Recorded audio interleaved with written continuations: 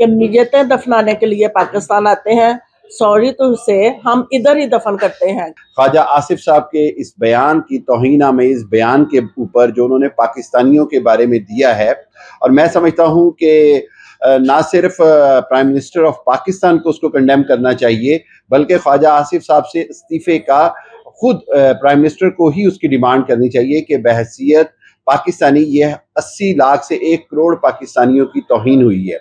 जी, इतनी तो तुम लोगों के अंदर हिम्मत नहीं है अपने रिश्तेदारों की लाशें जाके खुद दफना के आ जाओ।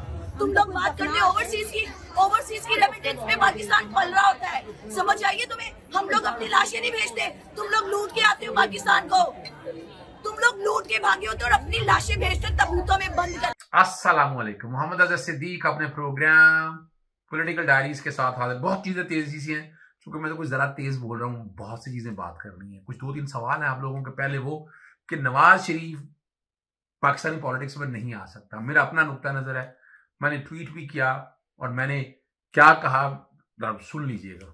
देखिए, एक बात तो बड़ी वाज़ेह तौर पर है कि जहां तक नवाज शरीफ की नाअहलियत और सजाओं से माफी, ये ख्वाब तो एक अच्छा है, डरावना ख्वाब है।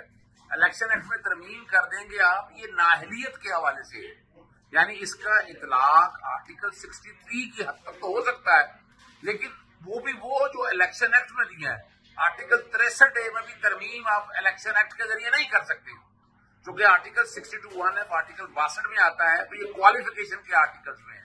तो क्वालिफिकेशन के आर्टिकल में जब तक आप आर्टिकल 62 में तरमीम नहीं करते हैं, तो इसका फायदा नवाज शरीफ को कोई नहीं होना। तो नवाज शरीफ को पता, आपको ताहियात जो नाअहली है वो सुप्रीम कोर्ट ने 62(1) के हवाले से किया। बाकी 2 नैब के केसेस के अंदर उन्हें सजा हुई है। मैं फिर बताता चलूं, सजा हुई है 2 केस, एक 10 साल और एक 7 साल। तो इनमें नैब के सेक्शन 15 के तहत, नैब के कानून के तहत, ये जो नाअहली है ना, ये जो इसकी नाअहली है, ये बरकरार रहेगी 10-10 साल, 10 साल दोनों को अगर लगाया जाए तो 10 साल को अगर आप सामने रख के देखें, 10 साल से पहले तो उनकी नाअहली यहां से, और ये अगर लगाना है वो अपील लगेगी। अगर अपील में ये बड़ी हो जाए तो फिर इसमें इस हद तक ये फायदा हो जाता है। तो नाअहलियां सिर्फ एक नहीं है, वो ढेर सारी नाअहली है। तो ये इतना आसान काम नहीं है। मौजूदा तरमीम का नवाज शरीफ को मैं नहीं समझता कोई दूर दूर तक फायदा हो सकेगा। और इसके लिए जब आएंगे पाकिस्तान तो जेल जाना होगा, और ये कोई सब जेल भी करार नहीं दिया जा सकता, क्योंकि ये सजा याफ्ता को जेल में जा। आगे मैं बात आपको चलो, बर्मिंघम में पाकिस्तान तहरीक इंसाफ और सिविल सोसाइटी की तरफ से एक प्रोटेस्ट हुआ। हमारे दोस्तों ने कहा, मैनचेस्टर से वहां मेरी शिरकत हुई, वहां मैंने मौके पे जो बात की, पूरा जंग नहीं मैं चला रहा, उसमें से चंद पोर्शन है जो प्रोटेस्ट के हवाले से थे। बातें मैंने बड़ी लंबी की हैं, जरा वो सुन लीजिएगा। मलिक साहब के साथ निकले हैं मैनचेस्टर से, 2-3 वजूहात थी। एक, आप सब लोगों से मुलाकात होनी थी और तसल्ली दिलानी थी कि पाकिस्तान रहने के लिए बना है, और इंशाल्लाह पाकिस्तान में रहना है। और हम सब फख्र महसूस करते हैं कि पाकिस्तानी हैं। हमारी पहचान आज भी पाकिस्तानी होना है, और ये पहचान हमसे कोई छीन नहीं सकता। जो कोई ये सोची बैठे हैं वो कामों की जन्नत में रहते हैं। फर्क सिर्फ ये है कि उनके बच्चे और कारोबार पाकिस्तान से बाहर है, और वो पाकिस्तान में सिर्फ हुक्मरानी करने आते हैं। ये हमारी बदकिस्मती है। मैं काफी अरसे से, यानी मैं पहले आया बेटी की शादी के सिलसिले में, वलीमे हो गया, मैं वापस चला गया, और एक बात का मैं पूरे पाकिस्तान की तरफ से कर्जखार हूं आपसे, मैं कि आप लोगों ने जो प्यार पाकिस्तान के लिए दिया है, जो मोहब्बत आप रखते हैं, वो समझ ही नहीं सके। वो लोग, वो हुक्मरान समझ ही नहीं सके कि ओवरसीज पाकिस्तानी कितना बड़ा असासा है। इन्हें प्यार करें, इन्हें अपनाइयत दें, इन्हें साथ लेकर चलें। पूरी दुनिया में इकोनॉमी को चलाने में इनका ज़हन शामिल है, इनकी खिदमात शामिल हैं। आप यहां से अंदाजा लगा लेना, यहाँ कितने मेयर हैं, कितने MP हैं, कितने बड़े बड़े बिजनेसमैन हैं, वो पाकिस्तानी है भाई। खुदारा मैं तो बड़ी सीधी सी बात करूंगा, ख्वाजा आसिफ साहब को खुद ही इस्तीफा दे देना चाहिए। वो इस लायक नहीं है कि वो हम पे हक हुक्मरानी रखे। एक इंसान का ज़हनी तवाज़ुन ही बरकरार नहीं है, उसको इतनी सोच और फहम ही नहीं है। आपको याद है फीरी मजारी के बारे में क्या अल्फाज इस्तेमाल किए, और ये वही ख्वाजा आसिफ है जो पाकिस्तानी फौज के बारे में पार्लियामेंट में और बाहर बैठे क्या बातें करता है। ये वो लोग हैं जो मुनाफिक कहलाते हैं। और याद रखिएगा, इससे परेशान ना हुआ करें इन चीजों से। मेरा रब जिसे गुमराह कर दे उसे हिदायत नहीं मिलती, और जरा दिलों पे ताले लगा दे। जिंदगी कितनी सी है। आज भी तारीख में जुल्फकार अली भुट्टो का नाम जिंदा है। जनरल ज़ियाउल्लाह का नाम को लेते हैं, बड़ा वक्त गुजार लिया उन्होंने। तो यहाँ तो नाम उनके जिंदा रहने हैं जो तारीख के लिए बने।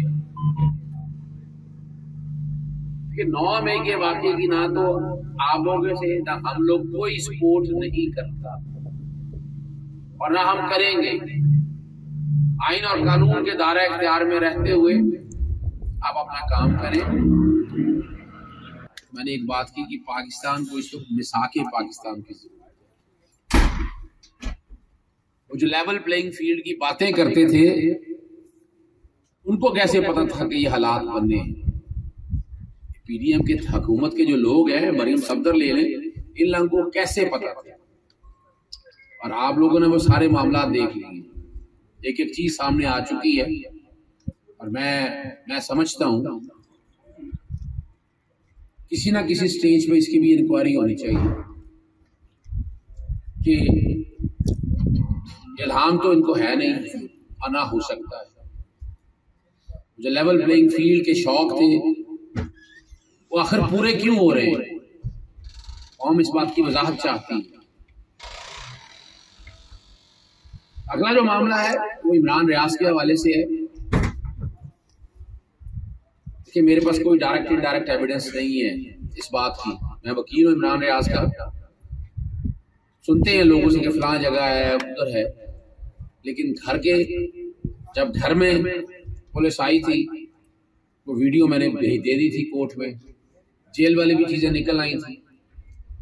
लोग कहते हैं कि जब तक वो प्रोजेक्ट कंप्लीट नहीं होता वो बाहर नहीं आएगा। अगर उसने कोई जुर्म किया है, देखिए ये तो तकाजा है, हमारे यहाँ बुनियादी हकूक है। जुर्म किया है, पर्चा दर्ज करें और ट्रायल चलाएं, और यही डिमांड है। जिस किसी ने जुर्म किया है पर्चा दर्ज करें और ट्रायल चलाएं। तोशा खाना का केस आपने सारा ने देख लिया, कुछ भी नहीं निकला, खुदा पहाड़ निकला चूहा। वो घड़ियों की बात करते थे, मरा हुआ चूहा, सॉरी, वो बड़ी बात करते थे घड़ियों की। जब मैंने रिकॉर्ड सारा निकलवाया वहां तो गाड़ियां निकल आई, वहां तो पाइनएप्पल भी निकले। और वहां से आप अंदाजा लगा ले, अगर ईमानदार थे तो फिर सामने आते ना। और मैं रिकॉर्ड 1947 से मांग रहा हूँ, वो मिल नहीं रहा, उसकी अपील चल रही है। और वो गाड़ियां जो है ना वो आप ले नहीं सकते, वो बैन है। अच्छा, मैं आगे आपको लेकर चलता हूँ। ये जरा इसको इस तरह नहीं लेना आपने इस बात को, कि जरा समझना यूं है कि ये इशू है क्या। बड़ा सिंपल से वे आउट तरीके से मैं बताता हूँ। हमारे दोस्त जो ISPR के हवाले से एक सवाल आया, उस सवाल में से वो सवाल चलाना चाहता हूँ। और फिर जो आज मैनचेस्टर में ओवरसीज एक्शन फोरम की तरफ से एक प्रेस कॉन्फ्रेंस हुई, वो कल की प्लान थी। ये ओवरसीज के हवाले से बात नहीं है, कुछ सॉरी ISPR के हवाले से नहीं है, लेकिन उसमें बहुत सी डिमांड की गई हैं। वो डिमांड बड़ी जेन्युइन है। ओवरसीज के वोटर की बात है, इलेक्शन कमीशन की को रिमूव करने के हवाले से बात है, फारग करें इस मुल्क पर तबाही के जिम्मेदार इलेक्शन कमीशन है, वो सारी चीज़ें ज़रा वो सुन लीजिएगा। सबसे पहले मैं मीडिया के तमाम हजरात का इंतहाई मशकूर हूँ जो आज तशरीफ़ लाए।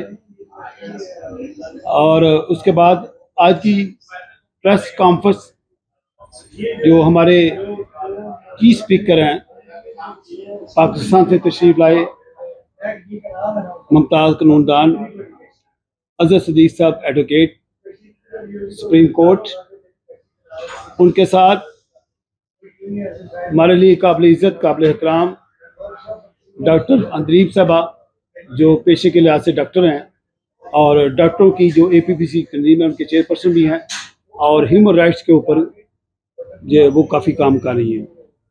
उनके साथ हमारी बहन रबीना इकबाल जो कि वुमेन एक्शन फोरम की प्रेसिडेंट हैं, वो भी यहाँ मौजूद हैं। और उसके बाद जनाब काबिल इज़्ज़त काबिल एहतराम डॉक्टर हामिद खान अल-मशरिकी जो कि किसी तारफ़ के मोहताज नहीं और वो पाकिस्तान यूनिटी फोरम इंटरनेशनल के वो प्रेसिडेंट हैं। और उनके साथ मोहम्मद काशिफ अली जो बिजनेस फोरम के रॉयटल के प्रेसिडेंट हैं, वो इस वक्त यहाँ मौजूद हैं।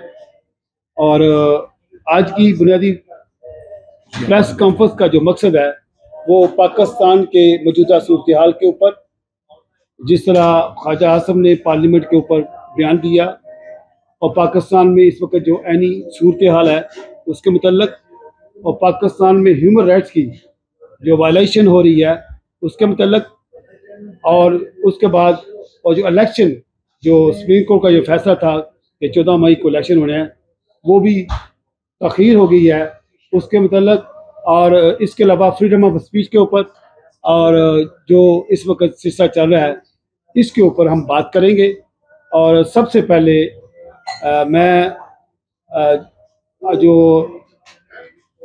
मैं रिक्वेस्ट करूंगा मोहतरम जनाब अजहर सिद्दीक एडवोकेट साहब को कि वो बात का आगाज़ करें। सबसे पहला डिमांड है कि ख्वाजा आसिफ साहब लगता है कि अनपढ़ आदमी है, उन्हें हलफ नहीं पढ़ा, आईने पाकिस्तान 77 का नहीं पढ़ा, और उन्हें चाहिए कि उर्दू अंग्रेज़ी फ़ारसी सराइकी या अरबी में आईने पाकिस्तान का मुताला कर लें और ध्यान से पढ़ लें। और चूँकि एक वज़ीर को जब आइन और कानून ही नहीं आता तो वज़ीर बनना उनका हक नहीं है।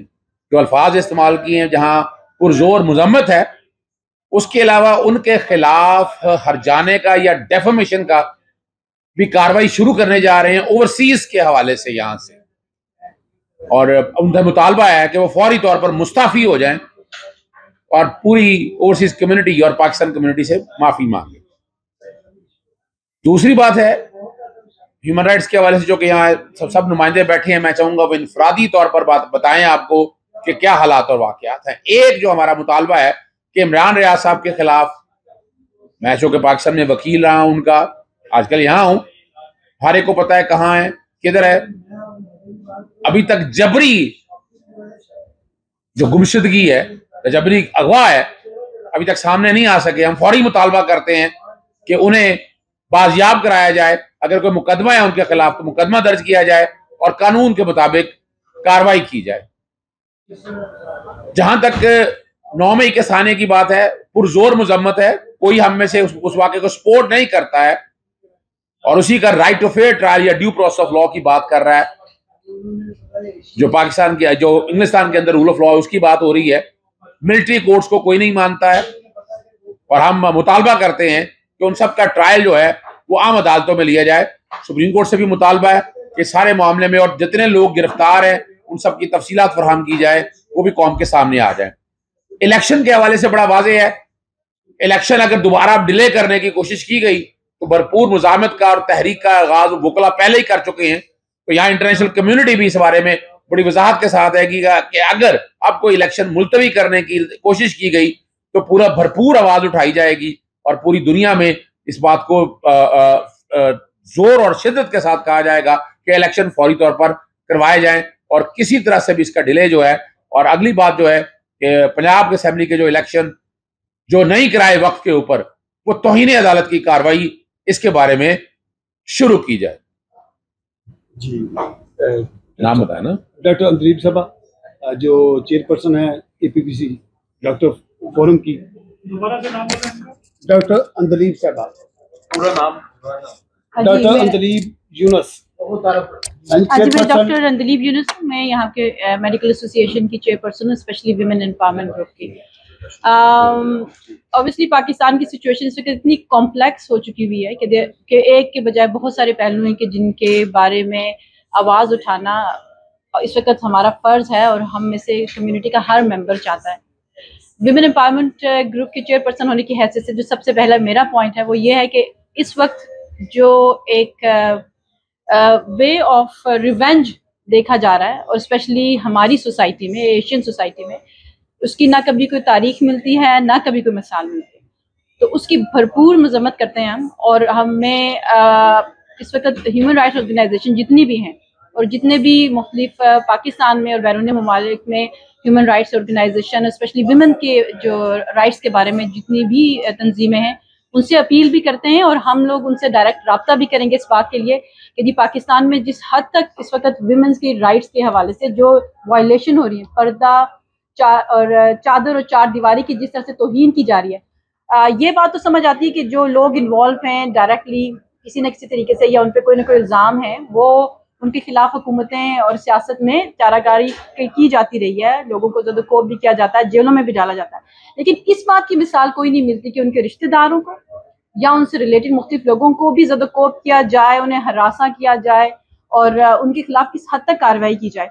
अभी रिसेंटली मेरे जैसे कि मीडिया पे बहुत ज़्यादा मौजूद हैं जो क्लिप्स आ रहे हैं, जो वीडियोज़ आ रही हैं, इंतहाई शर्मनाक, इंतहाई अफसोस की बात है। और किसी भी लिहाज से, आप मजहबी लिहाज से, इस्लाम के, पाकिस्तान के कानून के लिहाज से आप देख लें, आइन के हिसाब से देख लें, बयान दिया गया ओवरसीज के मतलब के कोई ऐसे अल्फाज जो मैं इस्तेमाल कर सकूं कि मीयतें दफनाने के लिए पाकिस्तान आते हैं, सॉरी तो से हम इधर ही दफन करते हैं क्योंकि हम इधर रहते हैं और हम अपने बड़ों को भी इधर ही, हमारी कब्रें हैं, हम पाकिस्तान उनको दफनाने नहीं जाते। हम पाकिस्तान की तरक्की की बात करते हैं, हम पाकिस्तान की खुशहाली की बात करते हैं, हम पाकिस्तान के आगे लेके जाने की बात करते हैं, हम पाकिस्तान को महफूज देखना चाहते हैं और हमारी ओवरसीज की हैसियत से कोई इस किस्म का कंसर्न नहीं है।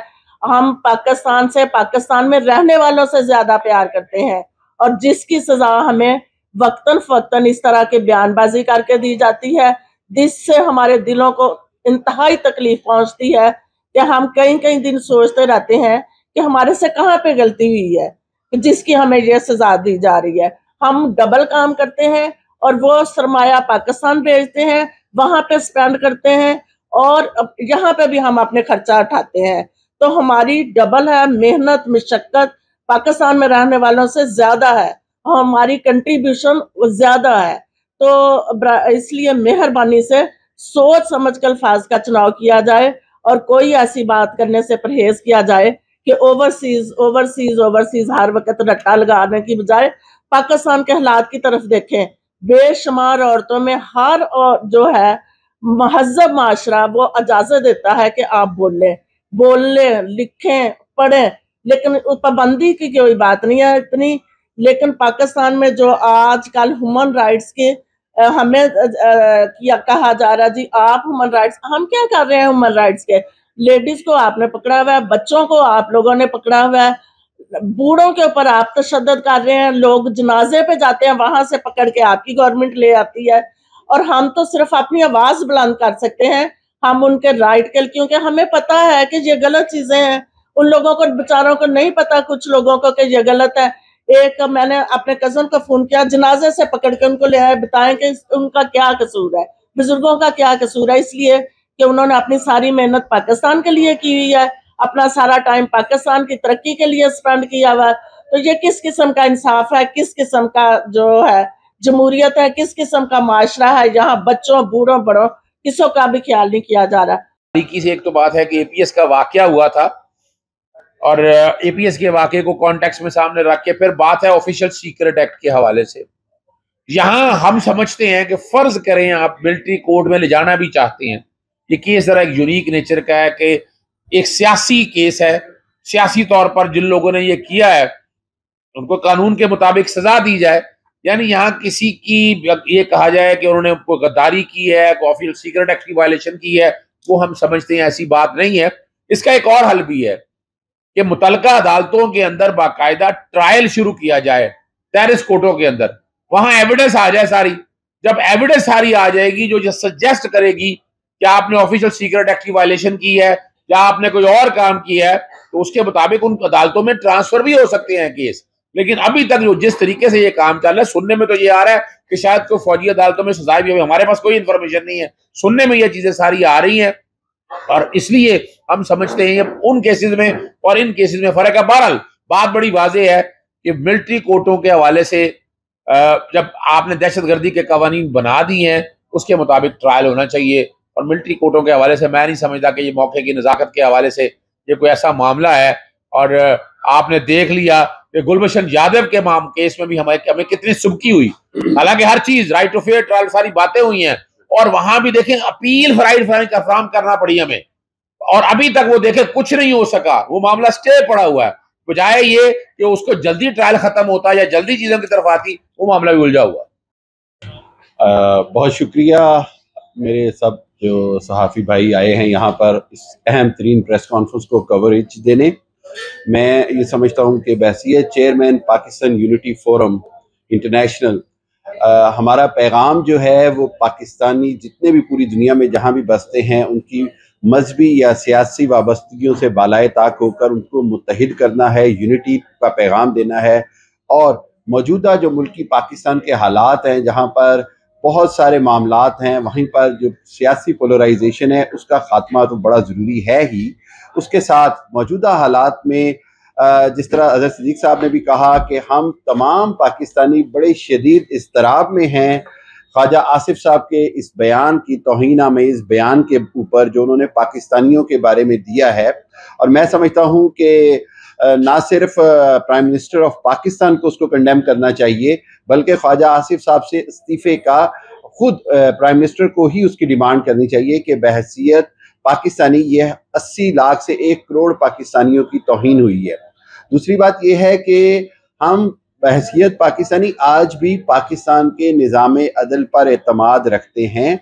हम ये समझते हैं कि chief justice of Pakistan Umar Ata Bandial साहब और उनके जो फाजिल जज हैं, उन सब की जिम्मेदारी है कि वो आर्मी कोर्ट्स के हवाले से जो भी आइन और कानून पर मबनी फैसला है वो दें, और पाकिस्तान यूनिटी फोरम जो भी आइन और कानून के मुताबिक फैसला होगा उसकी हमायत ज़रूर करेगा।